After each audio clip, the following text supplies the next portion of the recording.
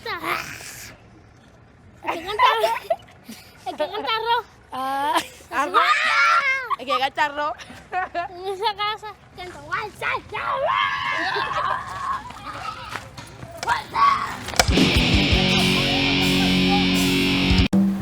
Soy Darío. Este es Hansel, un guitarrista de Zeus. Y es mi papá.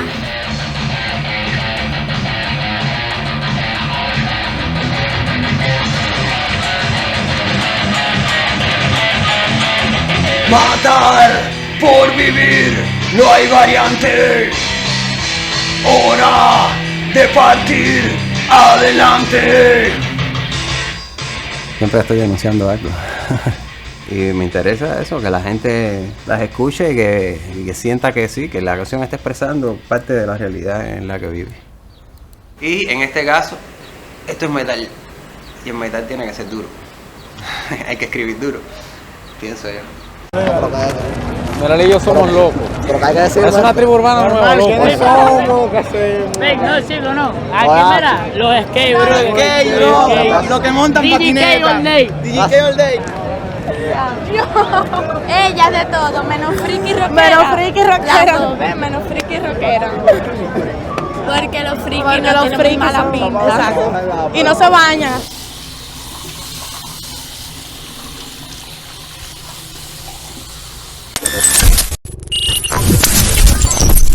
You name your film Los Ultimos Frikis, so in Spanish. Yeah. How do you explain to An international an international audience? I think this is the most common question for you in the press conference. So, Yeah. what is a freaky means? How do you explain that to American audience? My favorite thing with the title is all the different ways people pronounce it. What is Los Ultimos Frikis? Frikis. Frikis, what's that? Well, frikis. What? We had like 100 different titles for this damn film. Finding the right, all the way up to the end, you actually see it. This little eggshell or whatever in the film. You can see the designer, this amazing, the graphic designer we worked with on the film is Adele Mola. Really beautiful artist. You can see in the distortion of Los Ultimos Frikis text, you can see there's a quick flash frame of the previous version where you see the old title, which used to be the last rockers in Havana, I think is what we had. And it was just kind of like Last Rockers, It's too cheesy. Yeah. It's very cheesy. So we didn't do that. I said, fuck it, we'll just keep it Los Ultimos Frikis. Like, people know Los, people know Ultimos. Frikis is kind of sexy and weird. If you don't know what it means, you want to find out. It wasn't. So I felt like we were fine to keep it in English. And Nick, why did it take you like 10 years to complete this film? I guess you did a premiere in 2019, right? So we premiered the film exactly in 2019. So we've been stuck, in the edit process and the production and everything. And then finally we get to the point of being done. And then the government mandates that we're stuck in the fucking house for 2 years. So it was the film, we were kind of done with the film in 2014. Like, it wasn't as good a film. It wasn't really strong. Like, it wasn't the film that ultimately it became, but we had a full version of an edit in like November 2014. And then December 2014 comes and Obama and Raul, start holding hands and announce this whole change. And I'm like, God damn it! I'm gonna have to be in the documentary. Oh my God, we're gonna have to reshoot the whole goddamn film. And then the guy died, and then Fidel died, and then Trump came. So then you're like the whole fucking, So in the end, I think it makes for a richer story that we really sort of follow the trajectory of Zeus and their way they age over. For me, over 10 years of following them, really the film tells the story of the 30 plus years of the guys being around. Yeah. So, anytime I would, feel a little, ground down by how long it was taking in the process, you just sort of, look to the band and these guys have fought for 30 years to keep playing their music. So like, what the hell is 10 years? But yeah, I mean, it wasn't, and he talks about this too. Like, it wasn't like I was there filming them nonstop for 10 years. It was more something that, you were having fun in the process. Yeah, having fun in the process. Yeah, exactly. But also, like, it was, I mean, ultimately it added up to about 2 years of time in Cuba over the 10 years. But, it was. But in the documentary, you don't see the difference of a 10-year pass. So like aging the musician are like getting older, like so yeah. You don't notice that. If I don't read that took you 10 years to film, so I didn't notice. Yeah, we I mean, that's the thing, we tried to make the film feel as smooth and consistent, but yeah, well, there's shots, we have edits where it goes from like 2009 footage, 2012 footage, 2019 footage to 2018 footage, back to 2009 footage, so it's all intercut, but ultimately the story kind of follows that basic trajectory. That's true. The story runs like smoothly, like you almost don't can see that difference in years, like. Yeah. And what about Nick? If do you feel now that the documentary is out there? So for US and Canada, I know you're trying to get some exposure in UK and Europe. Have you noticed? And Mexico and Latin America? I think Is it going to be also for Mexico and Latin America? We're hoping to. Yeah, I mean, we're looking for the right distributor. I think we've been really lucky with Topic and with Cinema Guild, who's doing our US release and Canadian release. So we've talked to a couple of people, but still very much looking for the right team that sort of gets the film and gets excited about how it could be released. So that's sort of the work. That's sort of the work at the moment, is making sure that, because you enter in these agreements where the people say, all right, this is our film for the next 5-10 years, so you sort of have to trust and really believe in the people that you're partnering with, that will make sure the film can actually be seen by people.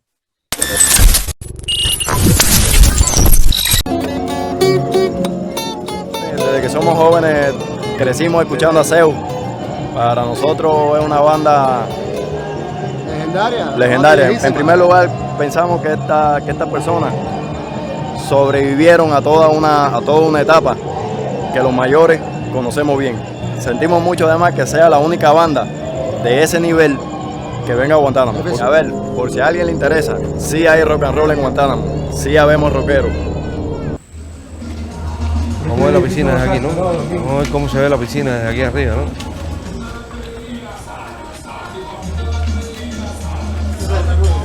Esta es la música más horrible que he escuchado en toda mi vida. Es más, vámonos aquí, que esa música me puede intoxicar. Y me empiezo a arrancar ya. Este es el fucking reggaetón. La música más comercial que hay, yo pienso, en el mundo actualmente. Y para mí la peor.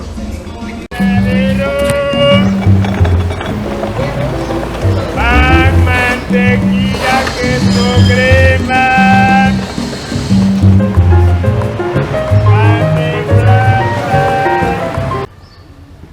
Sí, tengo miedo. El sonido está bueno, pero el ambiente está fuerte. El primer grupo de reggaetón. Reggaetón. Estamos jodidos. Este puede ser nuestro último concierto. Ustedes están... Estamos en caja. No, que aquí le metieron una pila de puñaladas. Yo lo sé, yo estaba en la gira de cuando nos enteramos de toda la murumba que hay, cuando se vio con dos músicos en el hospital y uno con una puñalada adentro.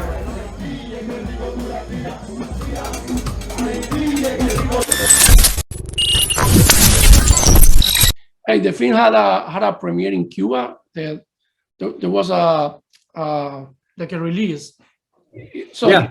Do you exhibit your film in Cuba in any festival? We did, and I feel really lucky that we were able to sort of sneak in right before the pandemic. We premiered in New York at Doc NYC in November of 2019. So that was great. That was mostly my community, some of my industry, my friends came out for that. And then we were brought down to Havana, and that's where, the Cuban frikis could all come out. And so we did that. We were at the big Havana Film Festival. How was that experience? How do you read that? I mean, I feel like we were quite lucky to sort of, and we had to kind of fight tooth and nail in a way to like get them to play the damn film. Because they're still prejudiced against frikis. They're like, oh, those frikis, I don't know about that. I don't know about that film. We better They're gonna destroy the movie. They put us in the smallest goddamn cinema. I forget the name of the cinema, but What was the cinema? I forget. It was a capacity of like 100 people. I'm like, we have like easily 400 people that are gonna come to this goddamn thing. Because it's it's the Phantom premiere. Zeus, Zeus can make a couple calls and those guys will fill that in a second. But it's just part of their, also because it's a Yuma, Yankee filmmaker, and they say, screw that film. But we were quite grateful because we, first of all, were able to screen it. I think it would have been, and there were some difficulties around that, but ultimately we were able to screen it. Which, if you guys have, I'm sure you've been to the festival before. I had to go to the cinema twice to work with the projection people to make sure that the projection actually worked, and sort of held the projectionists' hands as we made sure the film was projected and sounded good. It was really in the end quite special. We had the screening, and then we all went to Maxime, and had Zeus played a beautiful show, sort of an after party. It was just fun. Benicio del Toro showed up. It was great. He's a Zeus fan. He is? Yeah, he was there banging his head. Sounds good. Hey, how do you feel? What about the feedback from documentary? I mean, have you noticed more eyes of people on the Cuban scene that they want to know more about the metal bands in Cuba? So how have you gotten those reactions or feedback from the audience? I love to hear more. I think the problem is that we freaking COVID. So we were in Miami for the Miami Festival, which for me felt like a really good triangle of screenings, to do New York, which is my kind of world, to do Havana, which is the band's world, and then to do Miami, which is its own goddamn world, was like a really great thing. The Miami Festival had programmed us for Friday night, Friday the 13th of March. So we were like, cool. We had like a venue, we had a big after party thing figured out. And they programmed us at a proper cinema. And it's gonna be fucking great. And then of course, Thursday, the world shut down. So because of that, I haven't been able to really engage and hear, normally we would have spent all of last year on the road with the film, bringing the band places, performing, having shows and hearing and having that engagement back and forth with the audience. But now it's weird. It should have been great. Yeah, we were hoping that we'd go down and do a few more screenings in Cuba at Cinepobre. What do they call that now? Ibarra. It's got some new name now.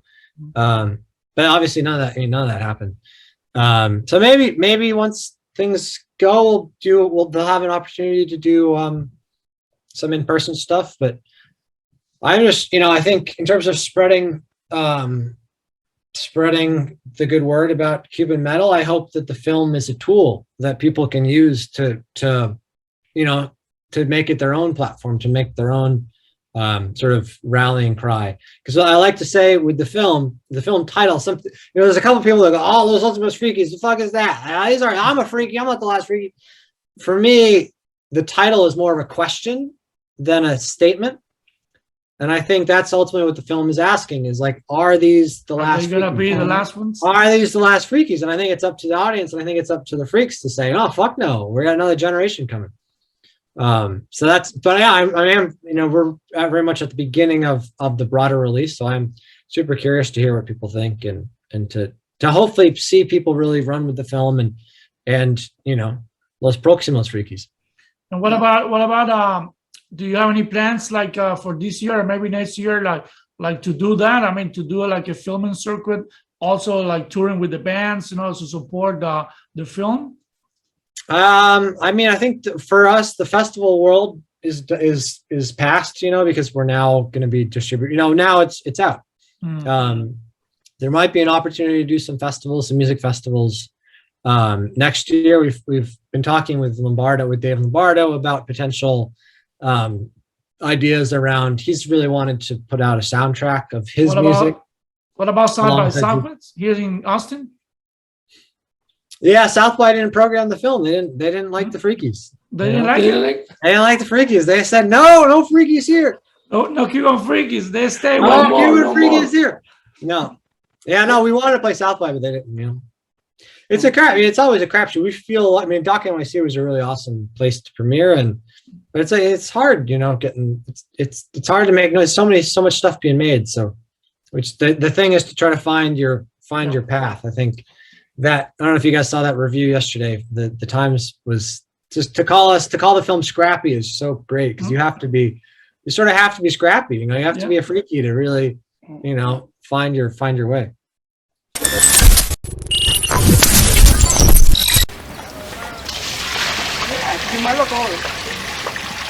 Venga. Sí, para que vea todo.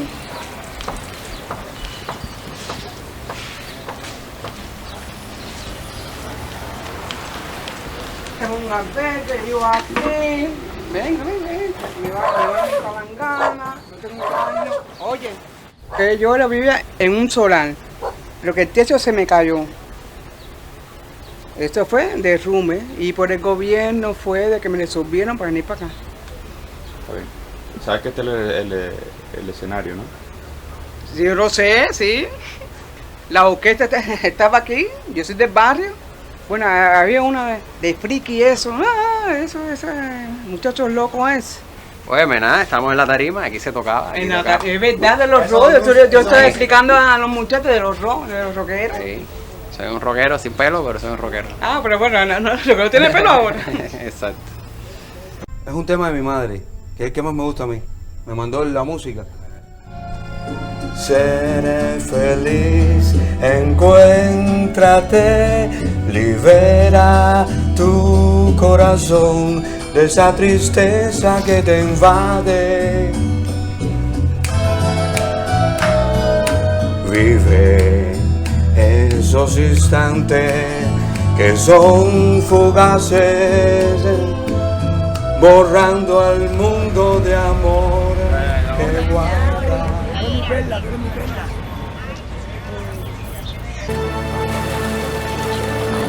Era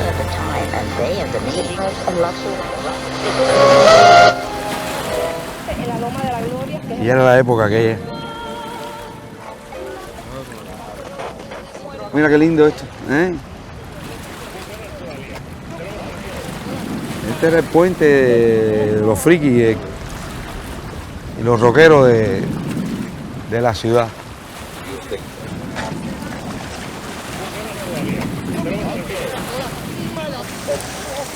Todo esto estaba lleno de gente.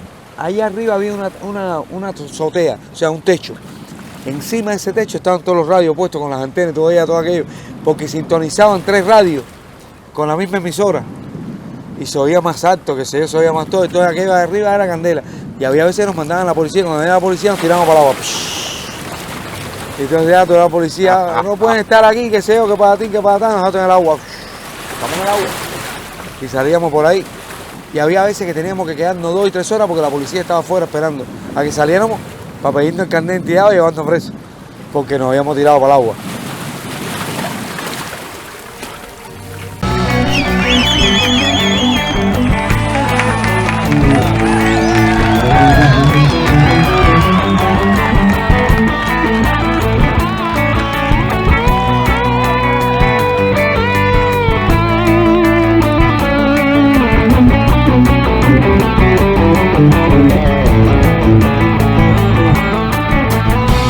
Yo no encuentro que no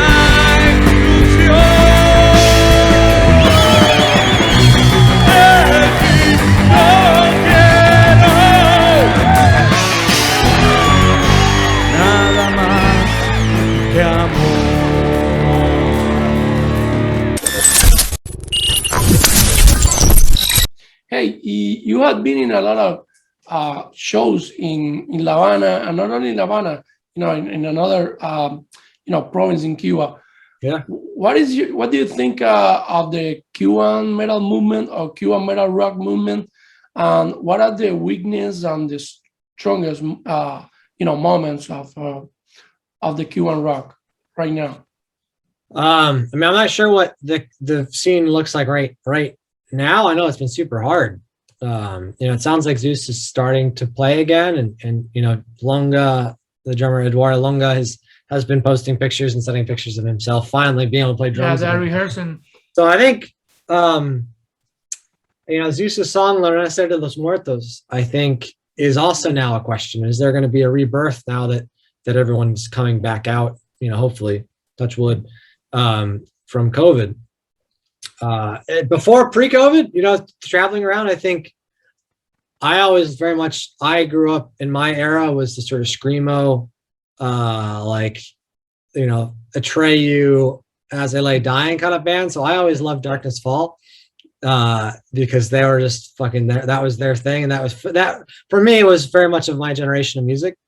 And so obviously that's the kind of shit I was like, yeah. I think something else I really loved from some of the being on the road stuff was just how you have to be scrappy. Amazing band, I forget the name. Really great young guys in Holguin. I wish I could remember the band's name. But they didn't have a drummer. The black metal thing? Yeah, black metal band. Yeah, young I think kids. it should be Mephisto. Mephisto, yeah. They are the older band and they're the pioneer of black metal in Cuba. In Cuba, yeah. Well, they were younger dudes. Younger, I mean, they should be in the 40s. I mean, there's one. No, these were kids that played they opened for Zeus, but they didn't have a drummer, and they couldn't get a drum set and whatever. So they just programmed a drummer, and it's fucking great. It's whatever. You put the music on, and they just put on a hell of a show. Playing over the music. Over there, just playing over track. But what are you gonna do? Not play? If you don't have a drummer, fuck it. Just put the. That's like a drum machine. The machine will keep time a whole lot better than I would, or that that me and Longa certainly could. And I think that level of just resolving and just saying, I want to rock. I'm just gonna fucking rock. Yeah, let's do it, and that's it. Let's just do it. Instead of being like, I don't have a drummer. Oh, the drummer can't play. It's the attitude. The attitude. Fuck it. Let's just play. And I think that is such an inspiring thing. And I think that's one of the things that Dave Lombardo loved about, really, I think one of the things he really first latched onto about the scene was man, those metal bands in Cuba know what's up.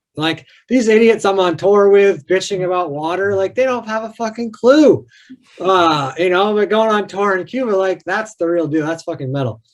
And I think that's something that's very inspiring. And I think it's a spirit that comes through in the music. Sounds good, man. Okay, so we're wrapping up. Okay, I guess we should finish before. Yeah, we have to get back to work. We have to get back to work. Yeah, bro. From my side, thank you so much. Thank you. Your film gave me so much nostalgia about the Cuban movement, Cuban metal shows. So I enjoy a lot, bro. Yeah, we enjoy it a lot. Yeah, I stayed the whole night awake, thinking about Cuba. For me, it's been 5 years since I don't come back to Cuba, and so you bring me joy with your film, and I appreciate that. Yeah, thank you so much. Thank you for that, man. Okay. Yeah, thank you guys for keeping Scriptorium alive too, man. It's great to see. I mean, the interview we did together, because we interviewed each other, that would have been 2012. Yeah, for the Havana Rock. Yeah, exactly. It was great to run into these two intellectuals, sort of giving me sort of the intellectual breakdown of the metal scene, in front of Maxime. It was great. Yeah. But very much enjoyed. It's been really great to see you guys just keeping the movement going. Yeah. You have to come to Houston. We have to hang out. Yeah, I look forward to it. Or if we go to Europe, I mean. Or Yeah, just keep us posted. Just keep us posted with if you're planning to do something here in the States. when you come back. So maybe we can arrange something and we can go We there. can travel and we can go there. We can go there, see the show and all the film, hell yeah. and hang out. Like just keep it posted. En mi opinión, la crítica es necesaria. La crítica aporta diferentes puntos de vista hacia un producto artístico determinado. Cuando se realiza un documental, hay un factor bien importante, que es el apego a la historia, el apego a la realidad. No lo siento de una manera totalmente en este documental, porque hay partes de la trayectoria de la banda Zeus que no son tocadas en el documental, que están omitidas, ya sea, digamos, por un problema de dramaturgia, digamos, que no es el hilo dramático no va por contar la historia entera de la banda, sino más bien contar una historia a través de los personajes que son los mismos músicos. Si miramos este filme, vamos a ver que está contado desde las vivencias cotidianas día a día de cada uno de los personajes. Vamos a ver a Longa comprando refrescos, cigarros, vamos a ver a Hansel dando clases, a Dionisio recogiendo a su niño en la escuela. Toda una serie de vivencias cotidianas que para un espectador, digamos, cubano nativo, puede parecer un poco, digamos, trivial, pero para una persona que se adentra, digamos, desde afuera o tiene una mirada un poco, vive en el extranjero y tiene una mirada hacia la realidad cubana, es totalmente inédita. Por esa parte el filme se luce de alguna manera, porque capta muy bien la diversidad, el entorno cubano, lo rústico del entramado de la sociedad cubana. Intenta reflejar, lo hace de una manera bien sobria, las vicisitudes que pasa una banda de rock, especialmente cuando se va de gira. Eso está bien explícito en el documental. Vemos cancelaciones de conciertos, vemos todas las problemáticas que se dan para que una banda pueda, digamos, hacer una gira en Cuba. También es parte del lente inquieto de Nick, reflejar la visión o la mirada que tienen otros públicos ajenos al rock, del movimiento y de los rockeros en Cuba. Vemos criterios que están muy arcaicos y fuera de uso, que todavía la sociedad reproduce, como locos, hippies, personas que no se bañan. Todo ese tipo de criterios están bien explícitos en el documental. ¿Qué opinión? Tiene más aciertos que desaciertos. Creo que también la autocensura de la banda y el no hablar de temas complicados o temas que pueden ser, digamos, el talón de Aquiles de la banda, eso trajo como consecuencia, digamos, no poder disfrutar de una obra un poco más, digamos, cercana a la realidad de Zeus. Eso se siente en el documental, siento también en algunos, y eso también lo quiso explicar Nick. Nick pone cuando la banda le dice que no puede filmar, que no puede hablar de política. Eso también te da la idea de la psicología de los personajes, de cómo funcionan dentro de la sociedad cubana, y él se lo quiso dar a entender, se lo quiso explicar a una audiencia internacional. Es un documental necesario, era una banda que se lo merece. Con Zeus han crecido varias generaciones y a mi modo de ver son los últimos frikis que siguen dando la pelea en la escena cubana, y sobre todo desde esa generación. El documental no es Nick haciendo una radiografía de la banda, ni entrando en cada detalle de la agrupación, tal vez porque él no es nacido en Cuba, es decir, no es un friki cubano, es alguien que chocó de repente un día en el Massive Rock, una noche entró a ver un concierto de rock y casualmente vio a los Zeus en el escenario y se quedó muy impresionado y se quedó enamorado de eso. Pero de la misma forma que pudo haber sido Zeus, pudo haber sido con Bad Noise, pudo haber sido Congregation, pudo haber sido Blinder, pudo haber sido Mephisto, pudo haber sido Agonizer. Esta metáfora del título para mí le pega muy bien a Zeus. Zeus son los últimos frikis por su perseverancia. Zeus son los últimos frikis junto con todas esas bandas cubanas que he mencionado, ¿okay? Con todo ese público que sigue a esas bandas cubanas, ¿okay? A pesar de las vicisitudes, a pesar de las incomprensiones, a pesar del poco apoyo, del apoyo institucional, pero ese apoyo institucional quiere decir control, ¿okay? A pesar del control institucional. Por eso estoy muy contento que haya sido Zeus. Zeus es una banda que congrega donde quiera que toque. Zeus es una banda que no divide, ¿okay? No divide si es este estilo, si es lo otro, si soy esto, si soy lo otro. Zeus es una banda que congrega, que nos hace a todos ir a un escenario. Y Zeus es la banda que en realidad casi todos, cuando se suben a un escenario veneramos. Así que mi parabien para Nick, mi parabien para Zeus, y que a través de Zeus se mire, se dé una mirada al metal cubano, se pongan los ojos del mundo en Cuba. Les tocó a Zeus, como mismo puede tocarle, es decir, como mismo en Europa esta tendencia abriendo los caminos para Cuba, o como mismo Animamundi también con su rock progresivo lo está haciendo, ¿okay? Creo que debemos unirnos en nuestros criterios, estar felices de esta cinta, y todos somos los últimos frikis. Esa es la metáfora. ¿Por qué? Porque somos perseverantes, porque no hemos dejado de luchar por lo que una vez sentimos en un concierto de rock.